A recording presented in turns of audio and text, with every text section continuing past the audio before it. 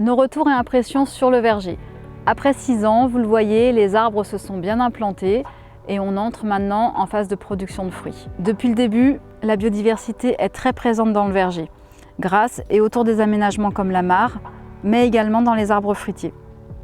Ce que l'on observe dans nos suivis expérimentaux, c'est que les auxiliaires y sont diversifiés et très présents, et ça se traduit par des taux de prédation et de parasitisme très élevés.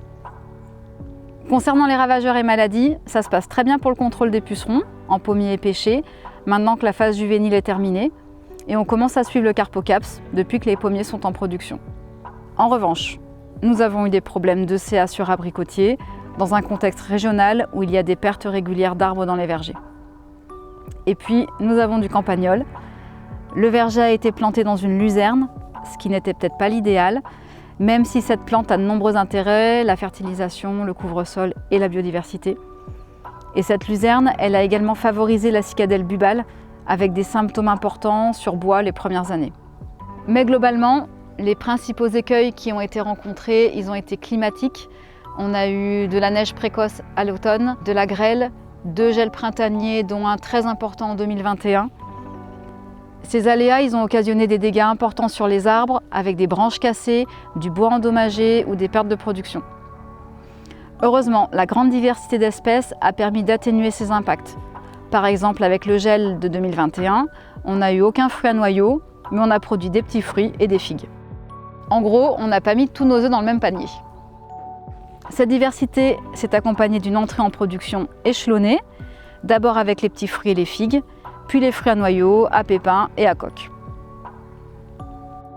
Et à l'échelle de l'année, les activités elles sont diversifiées et échelonnées, sans pic d'activité.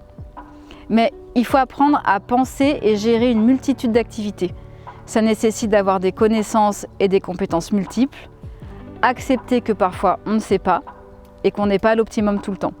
Ça va également changer les choses pour la commercialisation et l'aval. Les productions peuvent être irrégulières avec des petites quantités, une qualité variable. Voilà donc ce verger en 2023, en 6e feuille.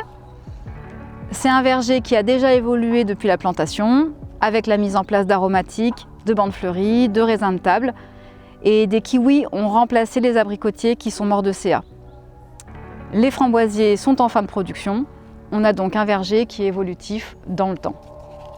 L'étude de ce verger est très intéressante, elle nous questionne sur les connaissances et références disponibles pour ces systèmes exploratoires et nous invite à revoir nos façons de faire de l'expérimentation. Ce verger intègre et produit des connaissances et fait émerger de nouvelles idées que nous espérons utiles pour la transition agroécologique. Et pour finir, c'est un dispositif que nous avons pris grand plaisir à concevoir collectivement, à planter, à suivre au quotidien, à partager au fil des visites avec un ensemble de collègues, d'acteurs du territoire et de la filière, et sur lequel nous allons continuer à travailler encore plusieurs années, certains processus étant parfois lents à se mettre en place. Merci à toutes et à tous pour vos contributions.